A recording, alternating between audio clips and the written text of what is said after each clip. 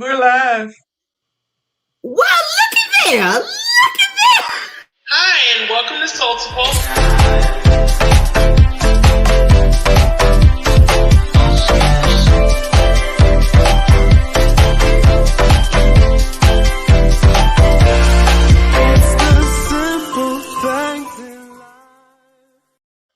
Woo. I know you like. Why is she laughing?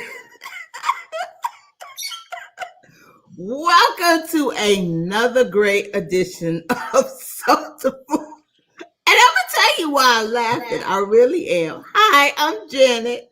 I'm Nakia. So, okay, wait. Let me get it straight. You know, normally there is 4 of us, correct? But today, what happened? You only see 2 of us. So let me tell you about our amazing morning that has led up to this afternoon. So, you know, we plan our show weeks in advance. So our first mishap was the guest that was scheduled today seemed to have some type of calendar mishap. And so she forgot or whatever. So anyway, she is not here. Normally, it's 4 of us, like I said earlier, and you know, LW's away on project, and the other Toya is here with us. Well, just a few minutes ago, her modem goes out.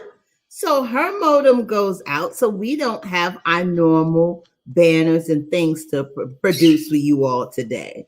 And so we start the show because you know what? We're not going to stop. We're still going to provide you a show because you're looking for us and we're looking for you. So we start the show and we were talking about a good 5 minutes before we realized we weren't live. So then we go live and we weren't ready. That is why I am laughing today. Ain't this a Tuesday? This is a Tuesday for you. It is a Tuesday. Nakia, is there something in that cup? Because Yes, I know. there is. Yes, there is. See, after the day that we've had, Nakia. There is something in the cup. Nakia, I'm going to wait until exactly the moment we finish, and I will be finding me something in the cup. Yes. Mm-hmm. I even have, my daughter is waiting for me to urgently call her back. Everything seemed to happen, but nonetheless, we are here to provide you another great edition of Soulful. So I'm just going to tell you a little bit what I've been working on. So one of the things that I have been working on is I am now into the live streaming. I've been doing some co-producing with Toya, learning how to do, and actually today we worked on preparation in regards to the inquiry letter, the calendar invite, the response letter for guests for an upcoming podcast show that we have starting in June. In addition, I also worked on my church anniversaries brochure, confirming those guests. And then I was preparing some meeting notes for my client who just returned back from LA, and we will be meeting tomorrow. Nakia, what you've been working on today? Well, I have been working on onboarding the client since last Friday. So I have been working on that. I've also been working on my mindset with the new client and also working on boundaries with the new client. So that has been a lot, in addition to still working on KPIs for my full-time job. Okay, wait. We said new client, boundaries, mindset, new client. Well, let's start talking about that today. Yes. What is the trepidation with this new client? What you feel is going on? At first I felt like intimidated because, you know, she has a master's degree and she is this social justice maven, and I don't know much about that, and I don't, you know, and I felt a little dumb. I'm not dumb. I'm far from dumb, but I felt a little dumb. But after I got over those feelings, I felt like, how can I help her when she won't let me help her? Or, you know, taking on too much when I know that I can handle it, or not taking on enough, you know, trying to find the sweet spot between being helpful and being a detriment.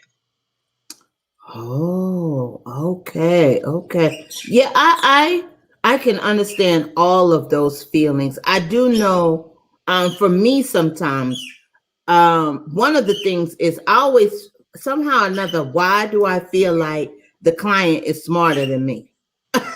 Not that I'm judging our intellect, because the client is intellectual in their field of area, and I am intellectual in my field of area.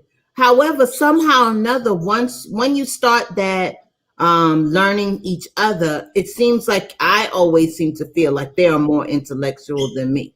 Now, why does our mindset do that to us? That's that imposter syndrome. Our mindset is saying to us, you can't do this. And we have to constantly, I don't want to say fight back, constantly reinforce our mindset to say, I can do this. I think a lot of the things that happen is because we're no longer working directly with someone, under someone, in the office, in their face, and we have this barrier of separation, our mind is like, oh, you're going to mess up. Oh, you're going to flop. Oh, and so that is the thing that seems to, because at least before, when you were in corporate America, there was someone, down the hall or an extension away, and actually they're just that far away now, because you can send them a group message, a text message, an inbox on Messenger. So you still have the same method of communication. It's just somewhere in your mind, it says that you can't do it. It's like, even for me, there's a potential client on the line. And when she sent me her proposal of the task that she needs help with, one of the things that my mind instantly says, you can't do all of this. You can't handle all of this. You can't do all of this. And I was like, uh-oh, maybe I shouldn't. Maybe I shouldn't apply. But then eventually my mind was like, well, go through it. See, is it reasonable enough? And in some aspect of all the things that she wants, it really is a two-party people. It truly is. However, I have to explain that to her and have conversation. I've already defeated myself by telling myself I can't do it when I can do it. So yeah, mindset plays a very tricky part in when you start with the client, and even when you're working with the client. Right. Yeah. I mean, I don't know why I felt intimidated or felt like she was smarter than me, because I know that I'm smart. But I'm not smart in her area of expertise. Hello, Sawyer Williams. And so I think that's what really is the kicker for me. This is an area of expertise that I'm not well versed in, and I try to be well versed in a lot of different things. And so that part of it kind of deflected me and threw me for a loop. And so it's just making me a little nervous, because I know I can do the work, but I just feel like, I don't know, I just feel like I have some issues. So I'm working on those. But do you also think, in retrospect, because she is her eliteness, do you think that she also has some barriers of how wanting to work? I mean, maybe she has some trust issues or some issues in releasing her personal information or whatever documents or things that you're all working on. Maybe it's her too as well. It's just not one-sided. I think sometimes we think it's all us, but as the clients themselves, they have not issues, but they have concerns as well. Right. Yeah, getting to know a person is hard these days, especially when you're working virtually, because you can come off cold. I know me personally, I have to pay attention when I'm in meetings that I'm not all business, because I will be stone faced and she'll be laughing and I'll be stone faced taking notes, doing what I'm doing, and not giving that reaction or that interaction that most people need to reinforce that I'm paying attention, to reinforce that, oh yeah, I'm laughing about the same thing you're laughing about, even though I'm not laughing. And see, that's you're stone faced and I'm jovial, because I just like being happy. So You I know, mean, it's not to say that I'm not happy. It's just that I don't right. laugh at everything. But in a meeting, I can, switch something as simple as someone said that it's their birthday and make that about, so what did you get? What did you like your gifts? Something of that sort. But I guess I use that in the intro to break the barrier or to, so if she was having and she chuckled, I'd probably chuckle right back. That's not to say that I'm not doing my work or taking the notes, but I guess because of my chuckling, it may seem like, oh, she's lackadaisy. She's not really paying attention. But even though if you ask me 2 seconds later, what did I just say? You said that you wanted the cow to go to the moon, and I can repeat it word for word. But it's just who we are as people. So. I think too, it comes from my grooming. When I first got my first corporate job, I worked for 3 vice presidents, and my job was very high level because they were vice presidents. So my boss told me, "You're here to work for me. You're not here to make friends with everybody else." So I learned Ooh. early on that I can say hi and bye to you, but my job is to do this. So Okay. I think that's like ingrained in me. When I'm working, I'm working. When Okay. it's not work, then I can be social and do whatever. But when I'm working, I am working, and so I have to maybe lighten that up a little so that I don't come off as disgenuine. Okay.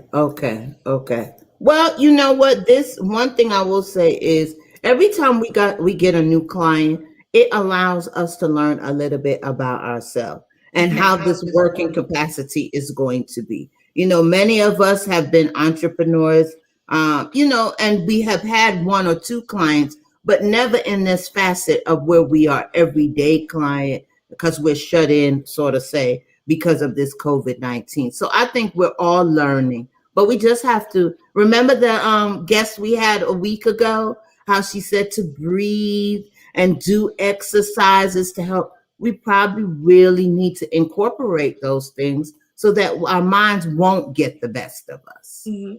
Yeah. I understand, and I'm sorry that you're feeling that way, but that's okay because it's growing pains. Yeah, and that's what I was going to think say. too, it has something to do with the price point that this client is. It's my first over $1,000 client, and so that gave me trepidation because I don't want to mess up.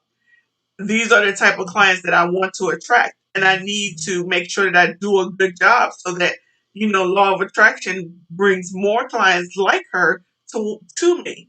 And right. So it's all of that in my head saying, "Don't mess up, don't mess up, don't mess up." She's smarter than you. She's smarter than you. She's smarter than you. So my head is just playing tricks on me. But as Haley says, tell your brain to go on about its business because this is not what we're going to listen to. And funny enough, you think about it. I mean, look how divine is your lineup right now. You had Haley to how would you say, prepare you for this journey that you're in, right, so that you're able to tell yourself a few of the things so that you can get through it. So look how all of that worked out. That was sort of like divine intervention for you, because you are going to succeed, but you may have a little mishap here or there, but you are going to succeed because you've already prepared yourself for that. Haley says that if you don't mess up, then you haven't made it yet. And I'm scared of that. I'm scared of what the mess up's going to be. I'm really scared of that, but that's what she says. But but you shouldn't be scared of the mess up, because the mess up is what is needed to take you to the next plateau. That's true. You shouldn't be scared of the mess up, because if you get an easy mess up saying something as simple as, I don't know, you didn't type a document. That's not nothing. But suppose you didn't correspond to a client that could cost money. Right. Now that might need to make you more effective in correspondence, or I'm just using that as an analogy, but you need the big mess up. Sometimes that's the only way we learn things. God kind of tests us with the small things, but sometimes we don't get them. It's when I bump our head that we're like, oh yeah, that was it. Yeah. That was it. So I'm glad you're going through this and we're able to share this with others. And that even might lead to wait, we got a comment. China says, learn from your mistakes and move forward. Feel the fear. See? Told you. Okay, China. Feel the fear, honey. Come on with me. Feel the fear. Oh, are you putting China on Front Street? Come on, China. Come with me. Come with me. China, you got some fear you dealing with? Hello, China. China, I'm talking to you. And that kind of leads us into we were discussing earlier today, burnout. Yeah. Because in the same retrospect, you could feel like you're not capable of doing the job. And then, you get up like this morning.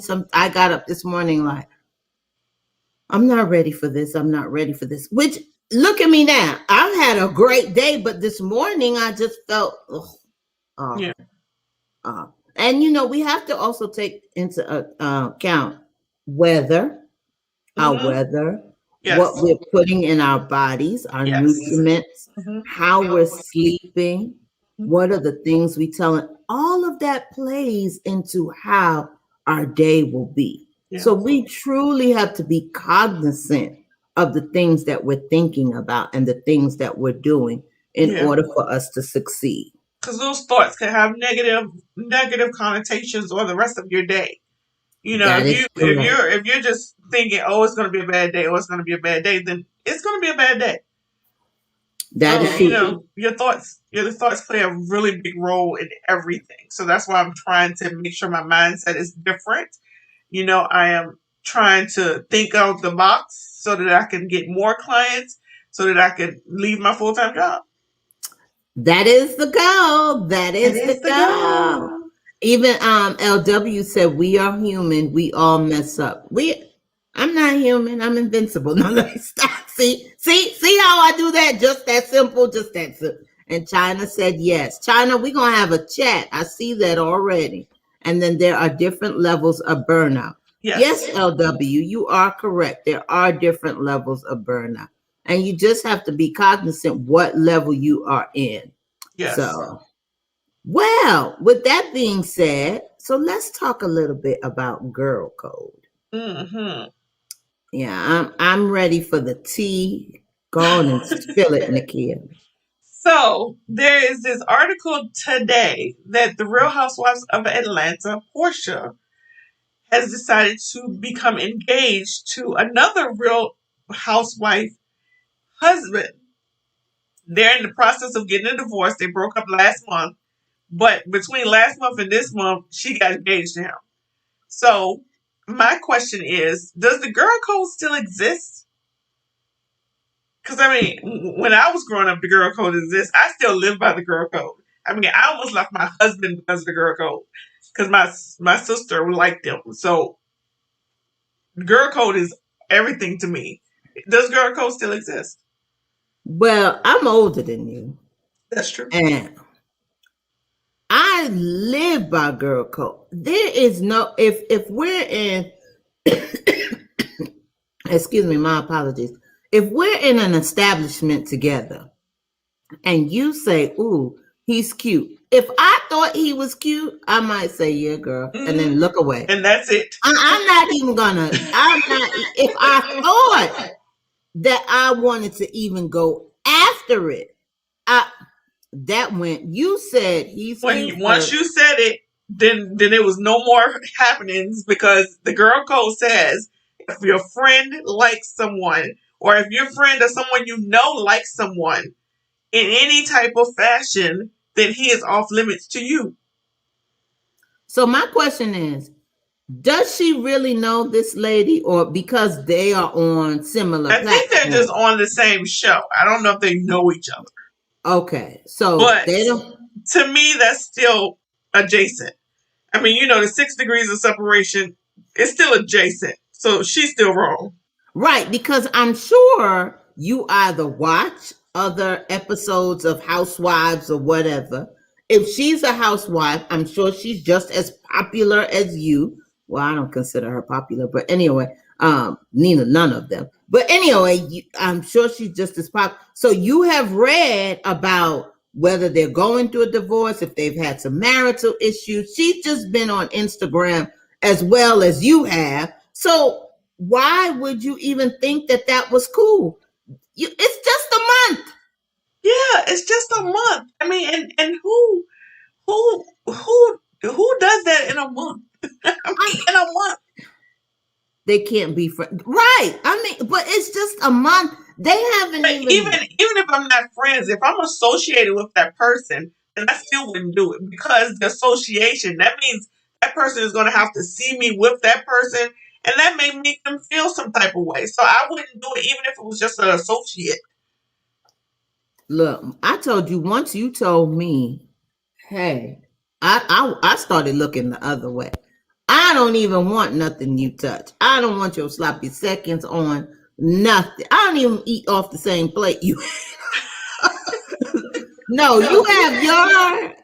I have mine. I'm good. Okay. No, I don't even think well, I might have eaten off my mama's plate, but I don't even eat off my sister's plate. No, you have yours and I have mine.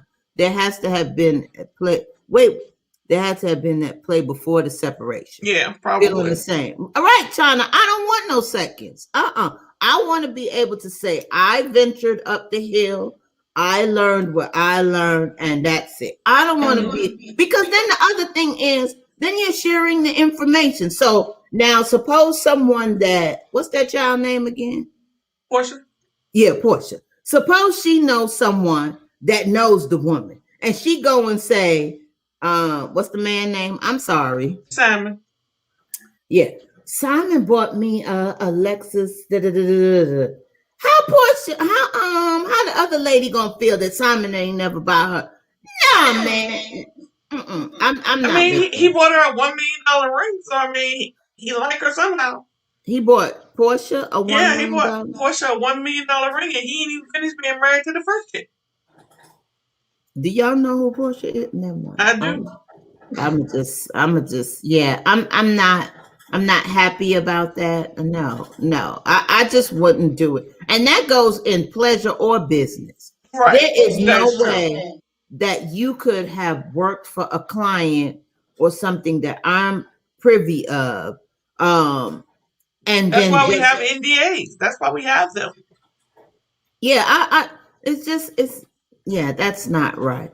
Toya said list and not, lust, and China said lust and not love. You right. She's in Atlanta, Janet. And what that mean to me? I'm not a Portia fan.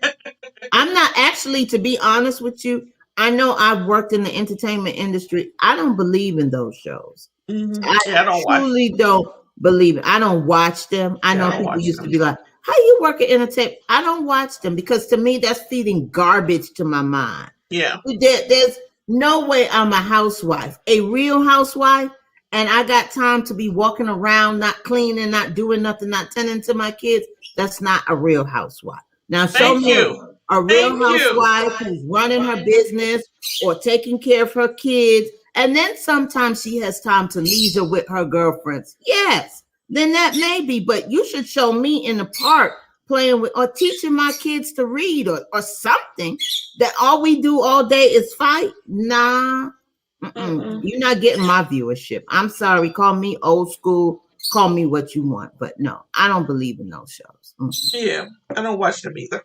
I have outgrown that. Yeah, I'm a grown woman about my business. And then to me, and I know this might be wrong, it's like they create stories for themselves. Actually, this could be a story that's created. Could be. Yep. Let's move on to what's really important in America right now. Yes. Do you see we don't have no gas? Right. I can't understand how they hacked the company and never and is the government going to pay them? Because I mean, we need our gas. So you want America to start going crazy? Because if we don't have gas, what happens? That means the cars don't run. The cars don't run. The trucks don't run without food. The supplies don't come in. We don't have food. We start stealing. We start doing all kinds. So this is what we're after we just got over the pandemic. Now we're gonna go into being cavemen because we got no gas. Boy, America, is you really great, America? America, is you really gay? Is you really? Yeah, I'm sorry. Is you really great? Because I'm serious. I mean, over the last few years, we have truly seen what America is about with the weather, with the way that they've handled the global pandemic, the way they've handled racism, the way they've handled the economy. Is you really great, America? I have to question. Uh, I don't know. I don't know, but it's a very serious matter. And It is very serious. For those of us who have working family members who, travel or whatever, does that mean that you're going to be stuck? And what kind of situation are people going to be fighting at the pump? I mean, remember when it was the pandemic, how many fights that happened for over bread? The toilet paper. Yeah, Yeah. I know here in Richmond, Virginia, we are out of gas. Today. There are several gas stations near my house and we're out of gas. There are signs on the pump that says, first the sign said we only had this kind of gas, and then the sign says we're out of gas totally. They've been posting it on the news all day long. Gas is gone. Wow.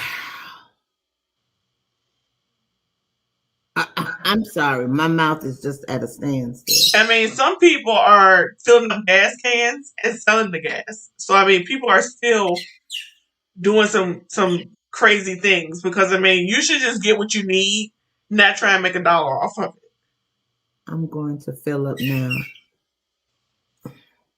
And then how safe is that if you filling up multiple cans of gas? And then I know, because that means it's in your car. Yes, you inhaling those fumes or something accidentally happens and your car get oh. I just can't understand it. I mean, in this day and age of cybersecurity, someone was literally able to take down the East Coast gas pipeline. Well, let's be honest. Do we really have cybersecurity?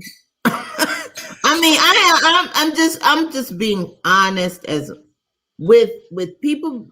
Okay, they said the PP money that some people stole the PP money.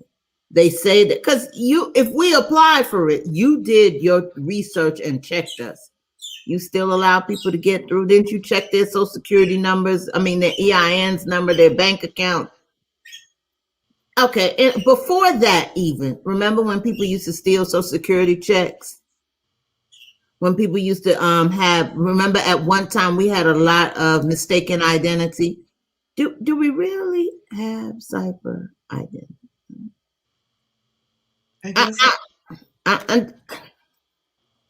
Once again, is America really great? I'm just saying that's not safe at all, but it's not hard for them to get hacked the way it happened. But I mean, it was a ransomware. It was a ransomware request. So doesn't that mean they're not going to give us back our gas until they get paid? But America's going to pay them. So I mean, are they going to pay them? I mean, you should have paid them before the weekend was up. I mean, we run out of gas. Right, you should have paid. Because if you don't pay, ours is called Georgia Power. If you don't pay Georgia Power, they come and turn you off. That's right. Why you didn't pay them before and them now? Yes, America. Oh, exactly. Thank you, China. And here go Toya. Yes, America is great. I'm in it. You should be here. Ooh. Ooh. America's that great that your internet. Never mind.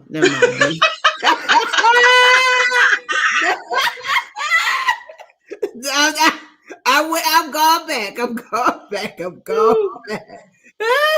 They pay exactly. They pay unemployment, says China. They are paying unemployment, and those people won't go back to work, and that's why we have shortages. I mean, the fast food places said they can't open up. There's restaurants that can't open up. They said the theater can't open back up because they can't afford to pay more than the unemployment people is paying the people to stay at home. And that's a whole nother. Once again, I go back to my question: is America great? Because there's no way you can think, all right, so we've opened back up slightly. Well, here in Georgia, where there's no mayor, no governor, that's another story for another time. But we open. So in other places, you mean to tell me there's no incentive, or no, maybe you scale back. So instead of you was getting 300, I'm just throwing a number, you get 150 because your industry has slowly opened up. We want you to get back on your feet slowly but surely. So we're not going to take away the full amount that we were giving you, but we'll cut it in half. There are so many different ways that you could help people to get back out there into the employment world. And then you have to be mindful too. Look, we have been struggling off these pennies for this long. Find something. You got all this money, because obviously America has money. They print it when they need it. You got all this money. Give us some incentive. Work on something. Tell the places that are going to reopen, okay, instead of you paying a waiter, waitress $2 an hour, up that ante to $5 or $7, however you need to do it to get them back in there. There are ways that it can be done. Yeah, that's what they're doing here in Richmond.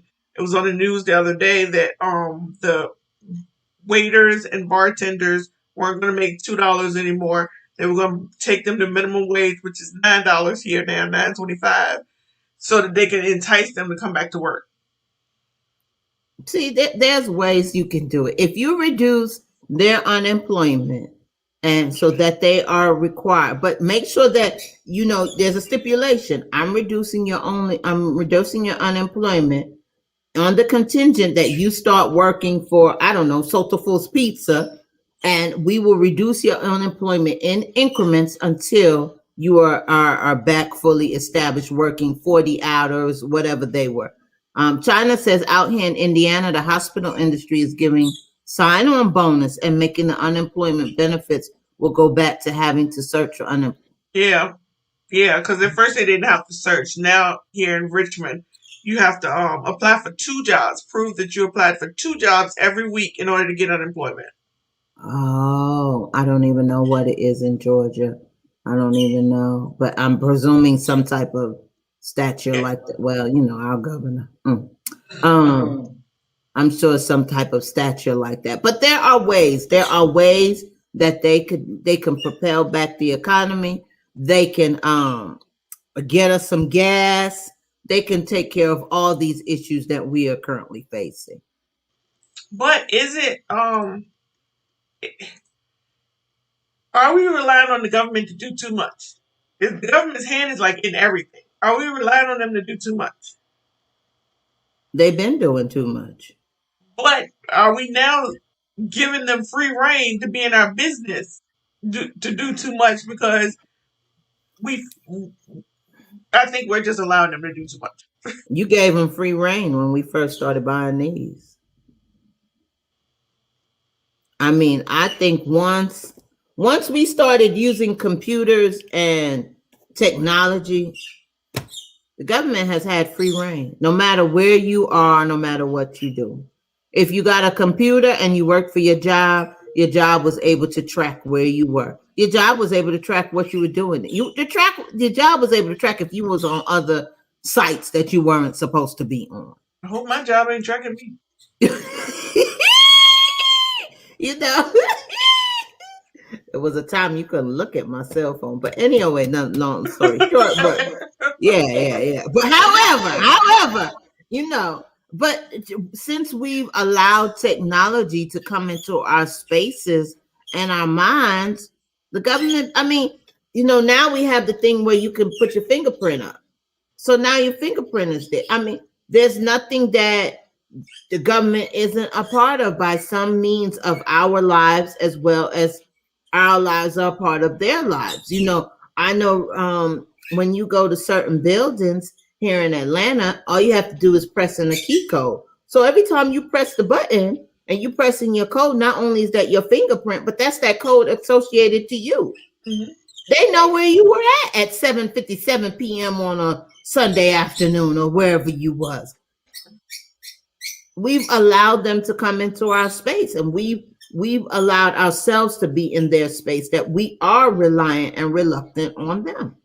I just think that we are becoming too reliant and not relying as much on God as we should and not doing the things that we're supposed to be doing.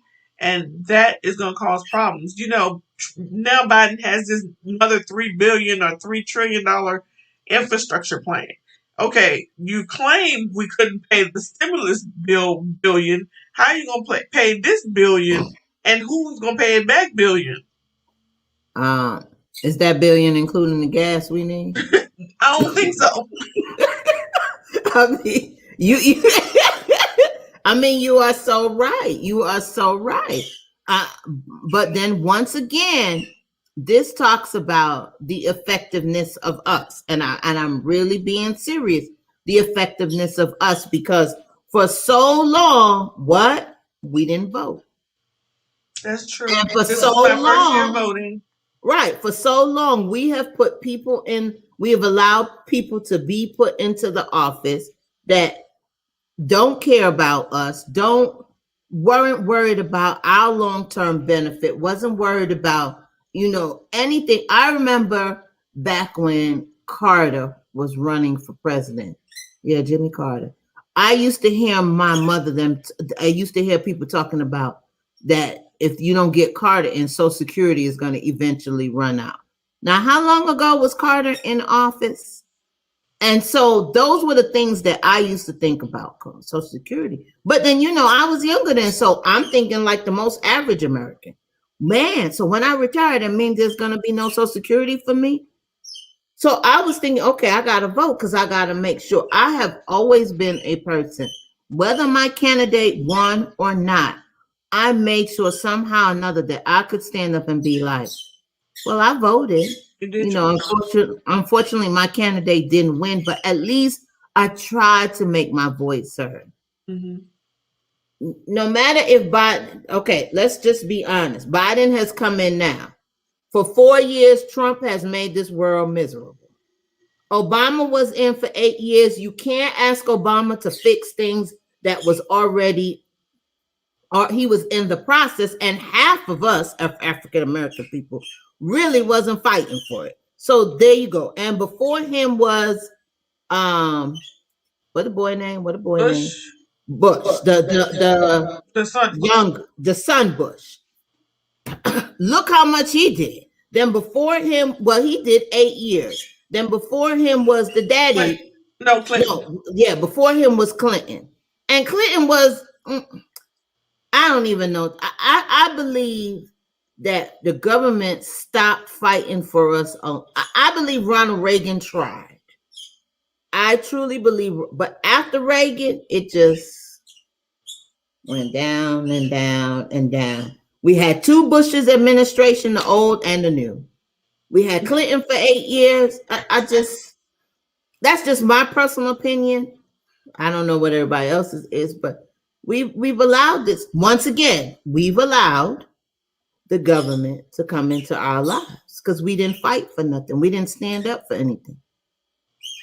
It's all about getting the bag, as they say. That's why Portia's in girl code mode. Anyway, because Portia just want the bag. Well, nice Birkin. Right. Of course, we're almost at the end of our segment today. And we thank you for being patient with us through all our technical difficulties. Normally at this time of the show, we normally have a sponsor. However, I just think that we should more or less remind you once again that to join us, our V8 World Conference is just about 2 weeks away, maybe 2-3 weeks away. If you haven't already joined us or purchased a ticket, please go and purchase a ticket at www.vaworldconference.com. Today, our show is sponsored by KISS Virtual Services. The lovely Nakia, would you like to tell them the services that you offer? We'll kill her later. Yes, okay? We will kill her later. I offer general administrative and project management tasks, and you can reach me at our website, which is kissvirtualservices.com. Ah, see, Good times. Good times. this is how you have to persevere over things because we will handle the lovely, the intelligent, the dynamic production person, Toya Glenn, shortly as the show ends. Yes, we will. Well, thank you so very much. Thank you for laughing with us, hearing our concerns. Please join us next week, Tuesday. Please remember to like, subscribe, and share. And we'll see you next week, Tuesday, on a lovely edition of Soulful. And prayerfully, we won't have no technical difficulties. See you soon.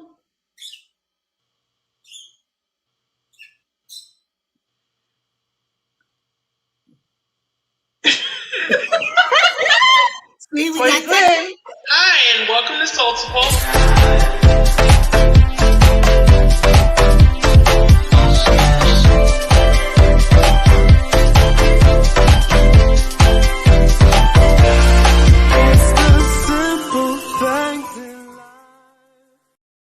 She's so wonderful.